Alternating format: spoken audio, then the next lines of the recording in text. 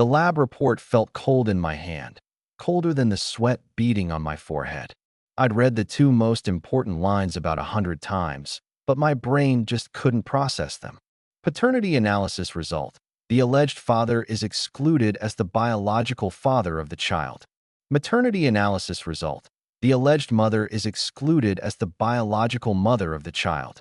So there I was, standing in the middle of my own living room, holding a piece of paper that said the baby my wife, Jenna, had brought home 2 weeks ago wasn't mine.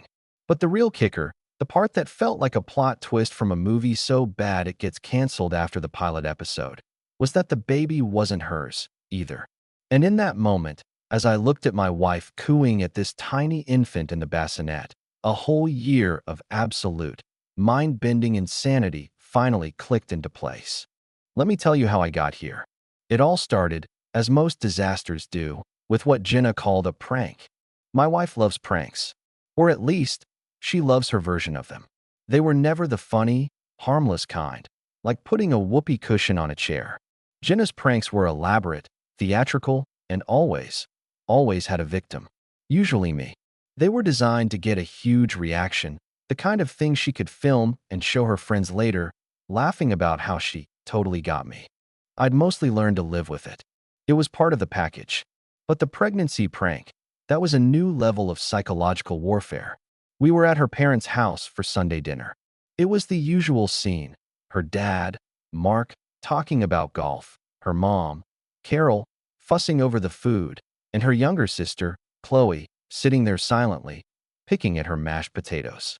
Chloe was always the quiet one, the complete opposite of Jenna. Where Jenna was a spotlight, Chloe was a shadow. In the middle of dessert, Jenna stood up and clinked her glass. "I have an announcement," she said, a weird, smug little smile on her face. She looked at me. "Actually, it's more of a confession." My stomach dropped. I had no idea what was coming. She threw a thick manila folder onto the dinner table. It slid across the polished wood and stopped right in front of me. My name was written on the tab in black marker. "What is this?" I asked. "Open it," she said, her voice dripping with fake drama. I looked around the table. Her parents were watching me with intense, disappointed expressions. Chloe wouldn't even look up. My hands were shaking as I opened the folder. Inside were printouts, screenshots of text messages with some woman I'd never seen before. Flirtatious, suggestive texts. There were even a couple of faked hotel receipts. It was a meticulously crafted portfolio of my own infidelity. An infidelity that had never happened. I don't understand," I stammered. "Jenna, this is insane. This isn't real." "Isn't it?" she said, her voice rising. "I found them on your laptop, David. Are you going to deny it?" In front of my parents. My heart was hammering in my chest. I felt the blood drain from my face. This wasn't a prank.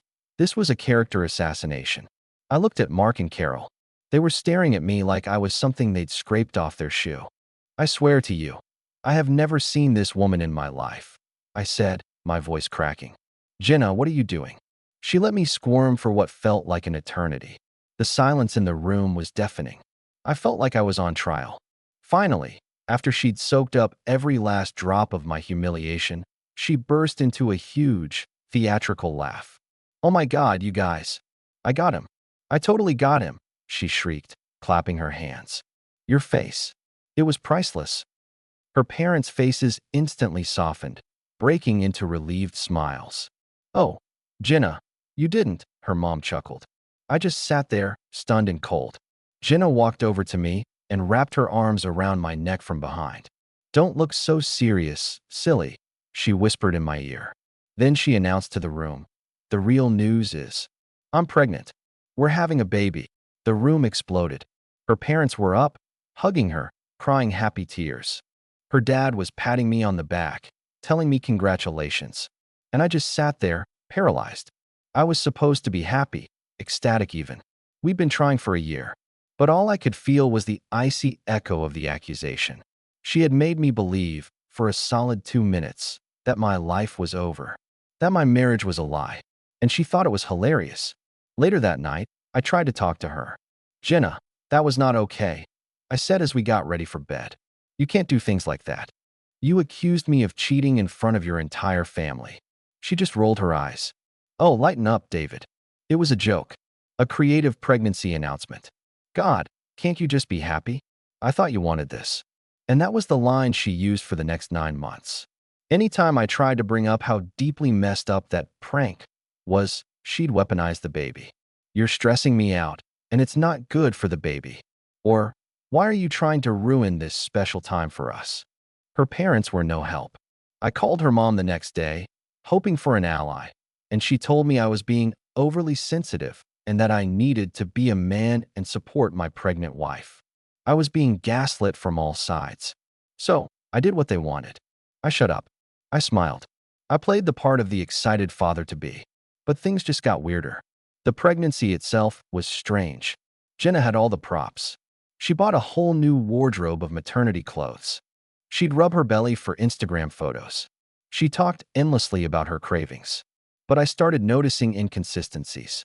She claimed she had terrible morning sickness, but I never once heard her get sick. She'd complain about her swollen ankles, but she was still wearing high heels to go out with her friends. The biggest red flag was the doctor's appointments. She refused, absolutely refused, to let me go with her. It's a woman's thing, honey, she'd say. The waiting room is full of women. You'll be uncomfortable. I don't care. I'd argue. I want to be there.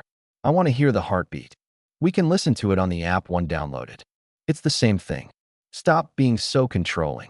Every time, it was a fight that I would lose. She'd show me blurry ultrasound pictures that looked like they could have been pulled from a Google image search. I tried to ignore the growing pit of dread in my stomach. I told myself I was just paranoid, still bitter about the announcement prank. I was letting it color my perception of everything. Her sister, Chloe, was always around. At first, I thought it was nice. She was being a supportive sister. She'd come over and cook for Jenna, clean the house, run errands. Jenna treated her like a personal assistant, and Chloe just took it.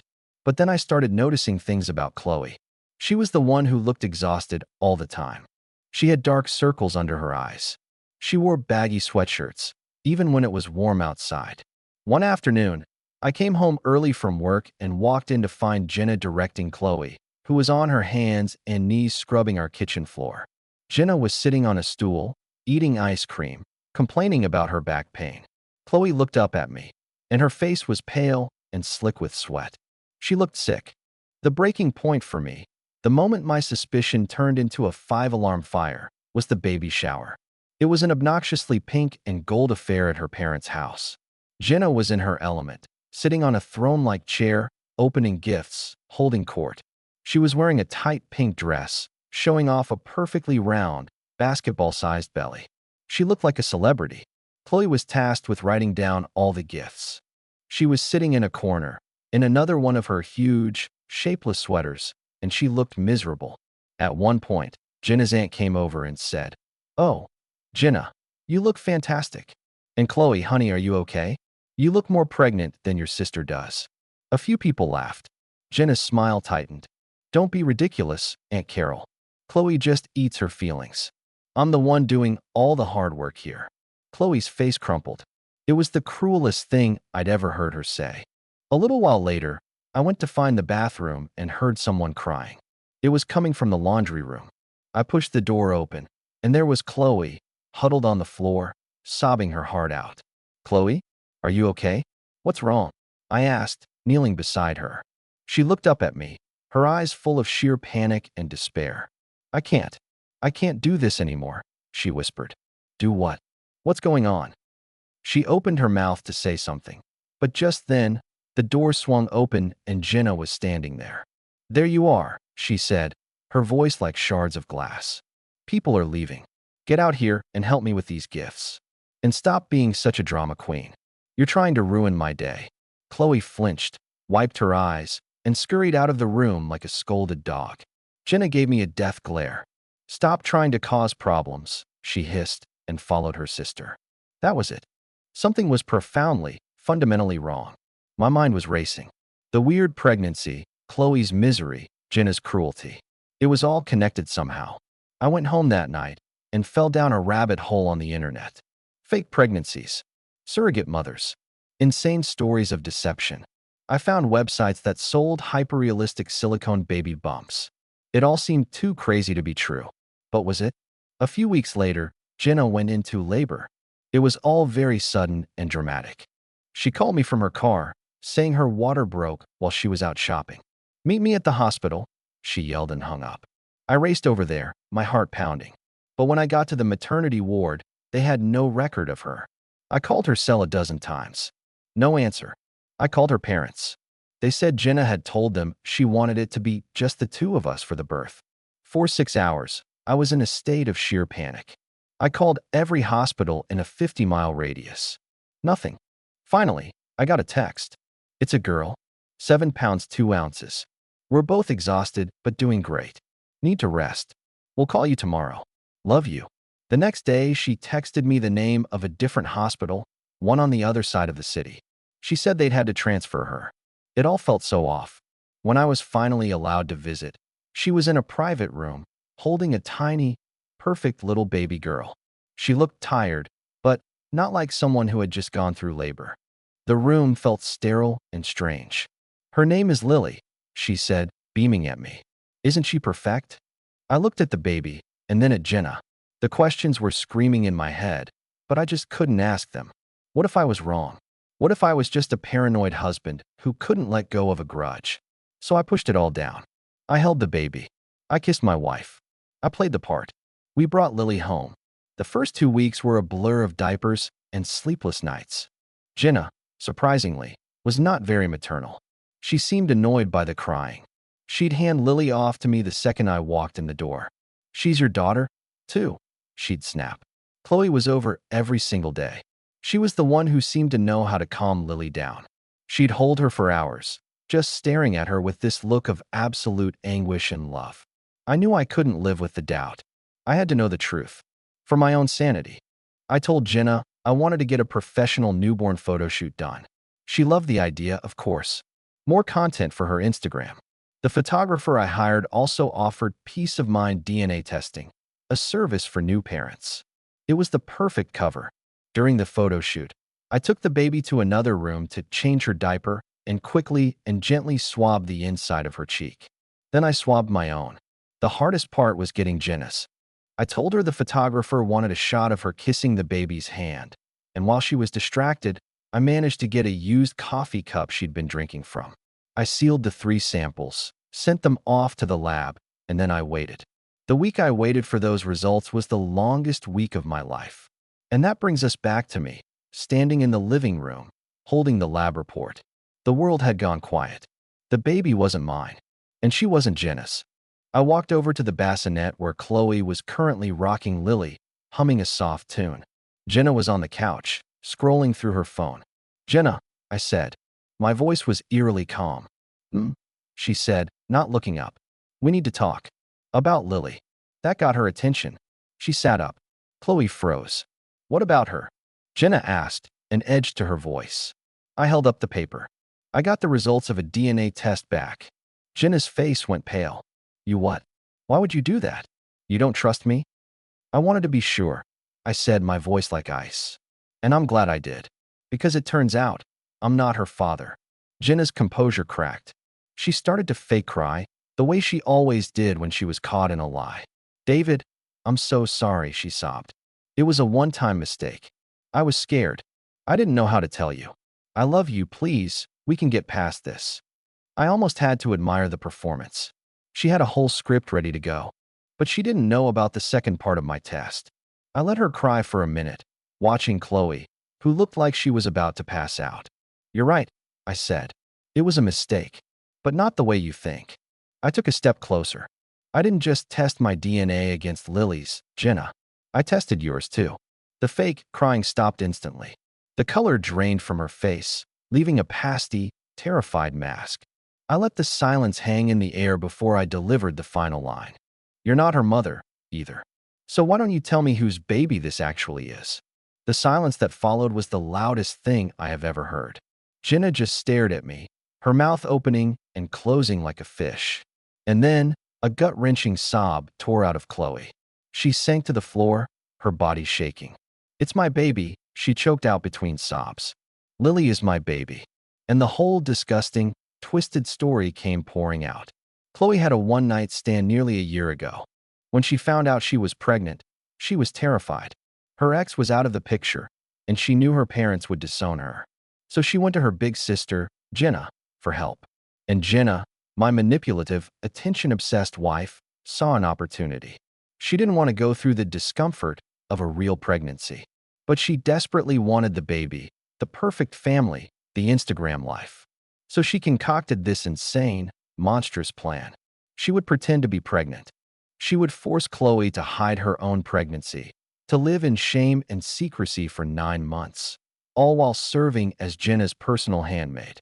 Then, when Chloe gave birth, Jenna would take the baby and raise it as her own. Chloe, scared and broken, had agreed. The whole thing, from the fake announcement prank to the fake labor, was a lie. A giant, intricate, cruel lie. The aftermath was swift and brutal. I filed for divorce the next day. Jenna's world, built on a foundation of lies, completely shattered. When her parents found out the truth, they were horrified. For the first time in their lives, they couldn't defend her. The last I heard, she was living back at home, a pariah in her own family. As for Chloe, her parents are helping her raise Lily. I have no contact with any of them. My only connection to that family was a lie, and I severed it completely. My life got quiet again. I went to therapy. I focused on rebuilding. It's a long process, you know. Unraveling that level of deception takes time. But for the first time in a long time, my life is my own. And there are no pranks. So yeah, that's how I found out my wife's pregnancy was the longest, most elaborate, and cruelest prank in history. It was a messy, insane year, but walking away was the best decision I ever made. If you think this story is wild, you should hear what her lawyer tried to pull during the divorce proceedings. Make sure you like and subscribe, because that's a story for another time.